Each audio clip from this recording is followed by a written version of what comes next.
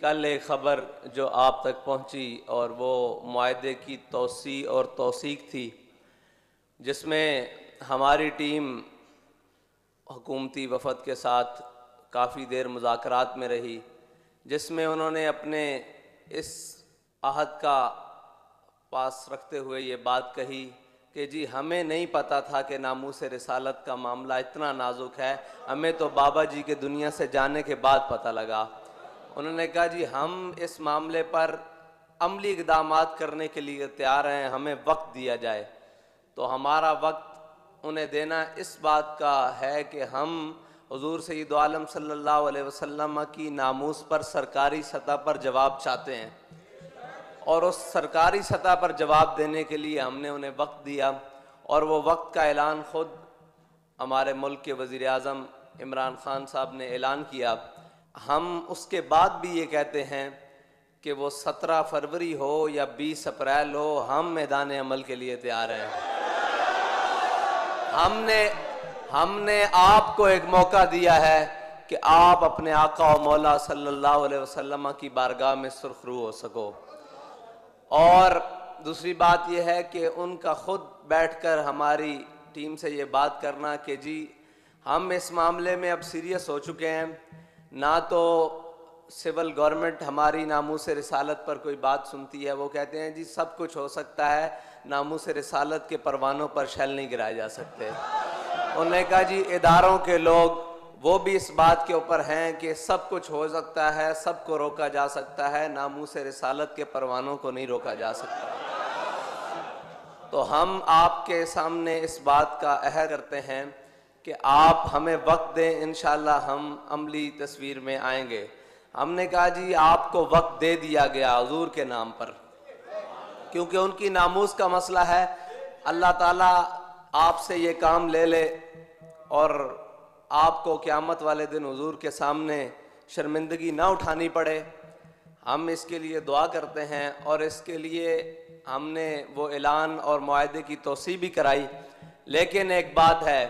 کہ اگر آپ سمجھیں کہ ہم 60 دن کا ٹائم لینے کے بعد اس جذبے کو ٹھنڈا کر سکیں گے،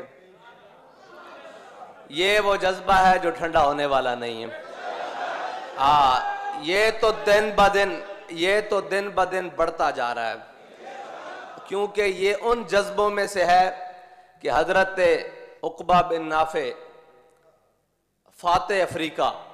ہمارے قائد جب ان کی بات کرتے تھے تو ان کا واقعہ سناتے تھے کہ آپ جب افریقہ کے جنگلوں میں مسلمان مجاہدوں کے ساتھ پہنچے نا، تو آپ نے ایک ٹیلے پر چڑھ کر اعلان کیا کہ اے اس جنگل کے درندوں، شیروں، چیتوں، ہاتھیوں اور موذی جانوروں، میں تمہیں اعلان کرتا ہوں کہ ہم اپنے آقا و مولا صلی اللہ علیہ وسلم کے غلام آئے ہیں اس جنگل میں، اور اس جنگل میں ہم نے رات بسر کرنی ہے، تو یہ جنگل خالی کر دو۔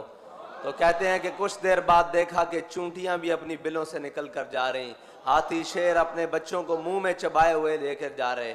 انہی کے جذبے کی ایک بات سناؤں کہ جب آپ نے افریقہ فتح کر لیا تو آگے آ گیا سمندر۔ حضرت عقبہ بن نافع نے اپنے گھوڑے کو ایڑ لگائی اور سمندر کے اندر داخل کر دیا۔ جب گھوڑے کی گردن تک پانی پہنچا نا اور آپ کی کمر تک پانی پہنچا، تو آپ نے گھوڑے کی باگ کھینچ کے نا ایسے آسمان کی طرف بلند کی، اور اپنا منہ بھی آسمان کی طرف بلند کر کے کہا کہ میرے مولا تو گواہ رہنا کہ عقبہ بن نافع کا جذبہ جہاد ختم نہیں ہوا، تیری زمین ختم ہو گئی ہے۔ یہ بات کسی کی غلط فہمی میں نہ رہے کہ لبیک والوں کو 60 دن کا چکمہ دے کر یا 60 دن ہم سے مانگ کر، ہم نے تو اپنے اخلاص کی بنیاد پر دیا ہے، اس لیے کہ ہماری ریاستی سطح پر فرانس کو جواب ہو جائے، کیونکہ ہمارے قائد ملت اسلامیہ علامہ خادم حسین رضوی کی ایک ہی خواہش تھی کہ وہ ریاستی سطح کے اوپر گستاخی ہوئی ہے تو جواب بھی ریاستی سطح کے اوپر ہونا چاہیے۔ ہم نے اس ریاستی سطح کے اوپر جواب کے لیے آپ کو مزید 60 دن دیے ہیں، اس کے اندر آپ کریں۔ اور اگر کوئی یہ سمجھے کہ یہ جذبہ ختم ہو چکا ہے تو ہمارے بڑوں کا تو جذبہ سمندر کے اندر جا کر بھی ختم نہیں ہوا۔ ہم جس قبیل میں سے ہیں وہ جذبے ختم ہونے والے نہیں ہیں۔ میرے آقا و مولا صلی اللہ علیہ وسلم کی ناموس کے لیے جو کچھ ہمیں زندگی میں تکلیف اور پریشانی اٹھانی پڑے وہ ہمارے لیے زیادہ راہ ہے، وہ ہمارے لیے سرمایہ حیات ہے، وہ ہمارے لیے وہ چیز ہے جس کو ہم نے لے کر کل جنت میں جانا ہے۔ جب خالد بن سفیان الحزلی کو عبداللہ بن انیس نے واصل جہنم کیا، میرے آقا و مولا نے فرمایا جاؤ اس کو واصل جہنم۔ یہ بڑا لمبا واقعہ ہے، اس میں حضرت عبداللہ بن انیس نے چلتے ہوئے نماز بھی پڑھی، وہ بھی امام بخاری نے نقل کیا ہے، بڑا لمبا واقعہ ہے۔ جب میرے آقا و مولا صلی اللہ علیہ وسلم کے پاس آئے نا حضرت عبداللہ بن انیس، تو میرے آقا و مولا نے فرمایا افلح الوجوہ، میرے آقا و مولا نے فرمایا کہ یہ تو کامیاب چہرہ آ رہا ہے۔ تو کامیاب چہرے وہی ہیں جو حضور سید عالم صلی اللہ علیہ وسلم کے دشمنوں سے مقابلہ کر کے آئیں۔ ہم نے آپ کو ایک موقع دیا ہے کہ آپ بھی ان چہروں میں اپنا چہرہ رکھوا لیں جو کامیاب ہیں، جو حضور سید عالم صلی اللہ علیہ وسلم کی ناموس رسالت کے لیے کام کرنے کے لیے تیار ہیں۔ ہم نے اپنے سارے چہرے حضور سید عالم صلی اللہ علیہ وسلم کی ناموس پر قربان کرنے کے لیے رکھے ہوئے ہیں۔ جب میرے آقا و مولا صلی اللہ علیہ وسلم کے پاس عبداللہ بن انیس آئے تو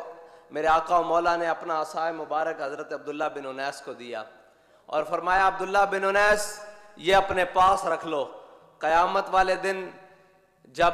روز محشر ہوگا کسی کے پاس چلنے کے لیے کوئی سہارا نہیں ہوگا، تمہارے پاس یہ عصا ہوگا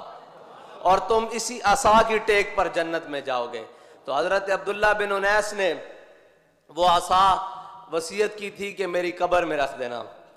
اور ہم یہ پیغام دینا چاہتے ہیں کہ تحریک لبیک یا رسول اللہ کے کارکنوں نے جو فارم فل کیے ہوئے ہیں نا حضور سید عالم صلی اللہ علیہ وسلم کی ناموس رسالت کے لیے،